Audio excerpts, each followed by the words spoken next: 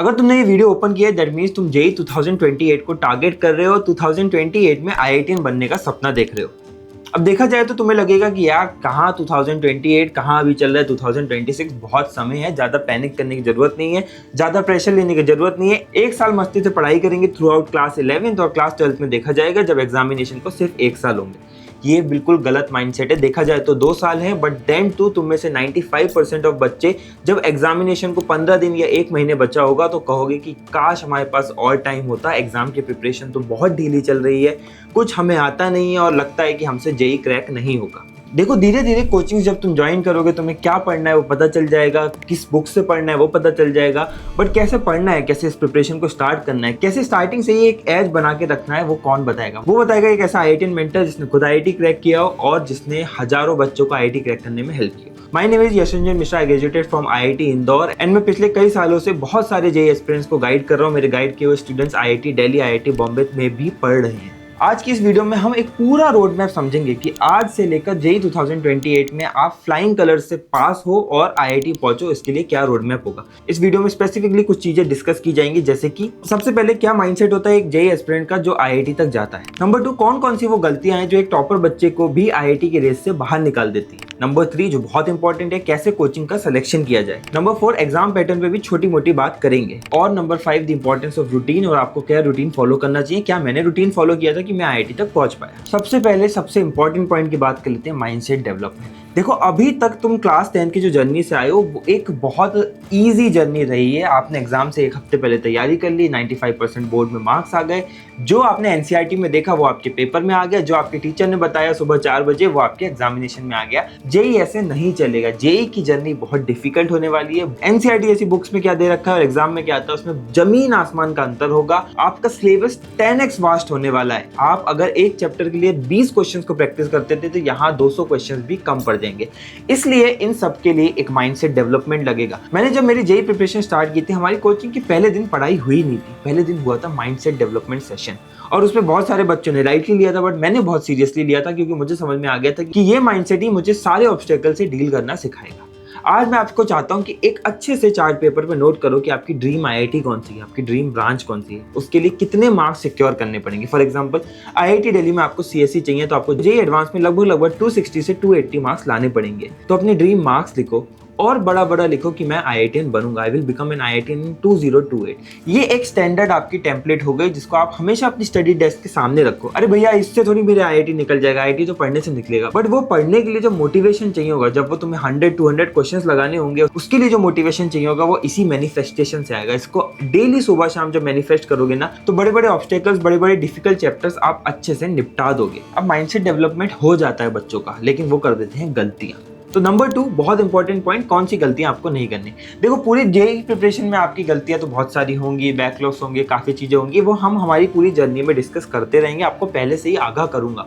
But JEE preparation की starting की सबसे बड़ी गलती जो आप कर दोगे वो कर दोगे टेकिंग इट लाइटली। एक जेईई एस्पिरेंट क्लास 10 की हैबिट्स को बहुत लंबे समय तक खींचता रहता है और उसके चक्कर में उसका आधा जेईई प्रिपरेशन बर्बाद होता है। आप अपने क्लास 10 के कैजुअल बिहेवियर को जब जेईई प्रिपरेशन में लेके आते हो, पहले कुछ चैप्टर्स गए, अरे बहुत टाइम है, अरे बहुत ईजी है, अरे एग्जाम टाइम पे हो तो जाती है प्रिपरेशन, अरे यार टेस्ट को क्या हुआ मिस कर दिया तो फाइनल एग्जामिनेशन थोड़ी है टेस्ट। ये करते करते आप देखोगे ना आप 2026 पूरा खत्म कर दोगे और फिर आप मेरी ही वीडियो देख रहे होगे कि 11th वेस्ट हो गया तो कैसे कमबैक करें। आप मेरी ही वीडियो देख रहे होगे कि अगर आपके बैकलॉग्स हो गए तो आपको कैसे उनको सॉर्ट करना है।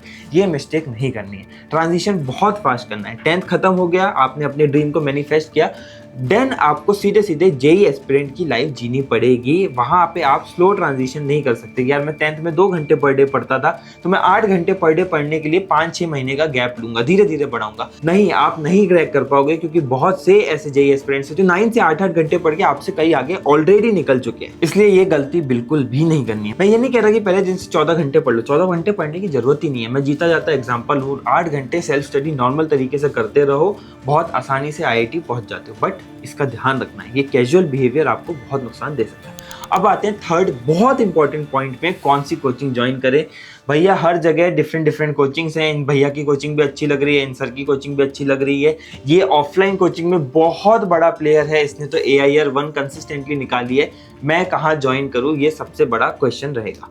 तो इसको भी सॉर्ट कर देते हैं, इस पे एक डेडिकेटेड वीडियो बनाऊंगा, बट यहाँ आपको एक बेसिक आइडिया दे देता हूँ। दो तरीके से कोचिंग की डिबेट होगी। सबसे पहली डिबेट होगी ऑनलाइन कोचिंग करनी है कि ऑफलाइन कोचिंग करनी है। फिर सोचा जाएगा कि ऑनलाइन में किसको करना है, ऑफलाइन में किधर करना है। अब इस डिबेट को कैसे सॉर्ट करें, बहुत सिंपली बताता हूँ। आप ऑनलाइन कोचिंग तब करें जब आप अकेले पढ़ सकते हैं, आप सेल्फ लर्नर हैं, आप सेल्फ स्टडी बहुत अच्छे से करते हैं, आपको डाउट्स कम आते हैं और आप वन वे लर्निंग कर सकते हैं। वन वे लर्निंग मतलब सामने से बंदा बोलता जा रहा है, आप उससे इंटरेक्ट नहीं कर सकते बहुत अच्छे तरीके से, तो आप ऑनलाइन लर्निंग करेंगे। और सबसे बड़ा, आपको डिस्ट्रैक्शंस जनरली नहीं होते। आपको ऑफलाइन कोचिंग कब करनी चाहिए, जब आपको डाउट्स बहुत आते हैं, आपको बहुत डिस्ट्रैक्शंस होते हैं, आपको एक पीयर ग्रुप लगता है पढ़ाई करने के लिए, आपको टीचर से बार बार इंटरेक्ट करना होता है और आपको एक फिजिकल माहौल चाहिए होता है। अब ये डिबेट खत्म हो गई।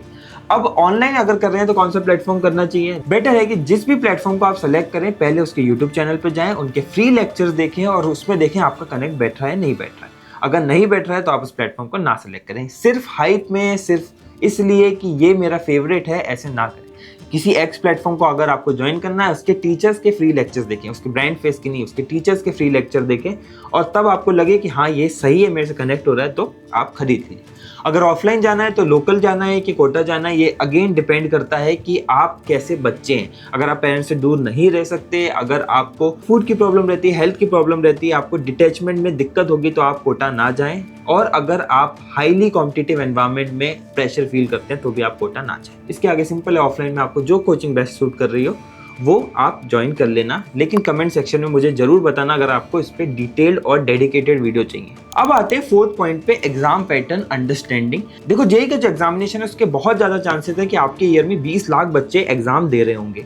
सीट्स जो अच्छी हैं आईआईटी की वो 10,000 के अंदर है और अगर आप जनरल कैटेगरी में हैं तो आपको 6,000 के अंदर रैंक लानी पड़ेगी ही अच्छी आईआईटी की सीट पाने के लिए। इस इतने बड़े कॉम्पिटिटिव एग्जामिनेशन में अगर आपको बेसिक्स ही नहीं पता होंगे कि आपका एग्जामिनेशन कैसा दिखता है, जेईई मेन कैसा होता है, जेईई एडवांस कैसा होता है, तो आप पक्का फेल होने वाले हो। अगर ये अंडरस्टैंडिंग भी आपको नेक्स्ट 6 महीने में आ पाई तो भी आपने 1/4 टाइम आपका वेस्ट कर दिया है, आप फेल हो जाओगे या फिर आप कॉम्प्रोमाइज करोगे विद द बैड आईआईटी या फिर एनआईटी। तो आज आपको समझना पड़ेगा कि जेईई का एग्जामिनेशन कैसा होता है। मोटे मोटे 2 एग्जाम होते हैं, JEE main, JEE advance. JEE main ज्यादा standard, easy, fast pace examination है। जेईई मेन एंट्री एग्जामिनेशन है जेईई एडवांस के लिए। यहाँ पे 20 objective question, 5 integer type question per subject पूछे जाते हैं। टोटल 75 क्वेश्चन आते हैं, 3 घंटे का टाइम मिलता है। टोटल मार्क्स 300 होते हैं, कट ऑफ 120 मार्क्स के आसपास होती है। और अगर आपको इस एग्जामिनेशन से डिसेंट एनआईटी सिक्योर करना है तो 150 प्लस मार्क्स लाने पड़ते हैं। वहीं JEE advance, it's the big daddy of all examination, India का सबसे टफेस्ट एग्जामिनेशन बोला जाता है। यहाँ आपका 6 घंटे का एग्जामिनेशन होता है, एक दिन में 2 शिफ्ट होती है, एक सुबह पेपर 1 होता है, फिर पेपर 2 होता है। कितने भी मार्क्स का पेपर आ सकता है, कोई पैटर्न ऑफ क्वेश्चंस भी नहीं, मल्टीपल करेक्ट भी हो सकता है, सिंगल करेक्ट भी हो सकता है, मैच द फॉलोइंग भी हो सकता है, इंटीजर टाइप भी हो सकता है। तो it's a very difficult and very much target oriented and basics oriented examination. अब इसकी पूरी डिटेल मैंने इस वीडियो में दे रखी है, all about IIT JEE exam, उसको जरूर कंज्यूम कर लेना।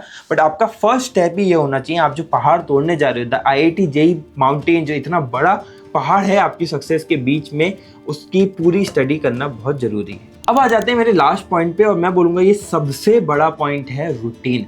मैं मेरे आईआईटी जेईई के एक्सपीरियंस से उसको क्रैक करने में, काफ़ी बच्चों को आईआईटी दिलाने के एक्सपीरियंस से आपको बता सकता हूँ। जिस बच्चे का रूटीन सेट है, जिसके पास बैकलॉग्स नहीं है और जो रेगुलरली टेस्ट देता है, उसका आईआईटी में सिलेक्शन हो जाता है, उसको मेरी जैसी वीडियोस की नीड नहीं पड़ती। इतना बड़ा क्लेम कर रहा हूँ मैं रूटीन के बेसिस पे, क्योंकि मैंने भी जब मेरी प्रिपरेशन खराब हुई है, अच्छा रूटीन करके उसको ट्रैक पे लेके आया है और आईआईटी पहुंचा हूँ मैं।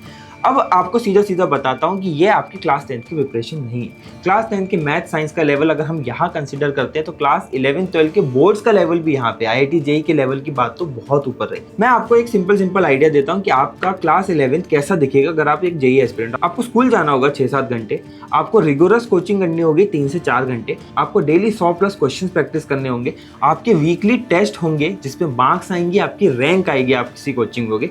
इस सारी बसड़ को आप बिना रूटीन के कभी मैनेज नहीं कर पाओगे। अगर आपके पास रूटीन नहीं होगा, आप धीरे धीरे स्कूल में ध्यान देना छोड़ोगे, आप धीरे धीरे कोचिंग में ध्यान देना छोड़ोगे, आप प्रैक्टिस बिल्कुल बंद कर दोगे। टेस्ट क्या होता है ये आप कभी जानोगे नहीं, कभी टेस्ट को दोगे नहीं और इन दी एंड आप पीछे निकल जाओगे। आप आईआईटी से छोड़ो, आप एनआईटी भी सिक्योर नहीं कर पाओगे। इसलिए सबसे इंपॉर्टेंट बात यही है कि एक रूटीन बनाया जाए, एक टाइम टेबल बनाया जाए। इसके लिए स्पेसिफिक वीडियो चाहिए तो कमेंट कर देना, मैं आपको वीडियो बना के दे दूंगा कि आपका एक आइडियल टाइम टेबल अगले 2 साल के लिए कैसा दिखना चाहिए। बट मोटा आपको समझना पड़ेगा कि आपको school, coaching, self study, sleep और आपके अदर जो टास्क होते हैं, खाना पीना, नहाना धोना, ये 5 चीज़ों को 24 घंटों में ऐसे फिट करना है कि कोई भी चीज़ कॉम्प्रोमाइज़ ना हो।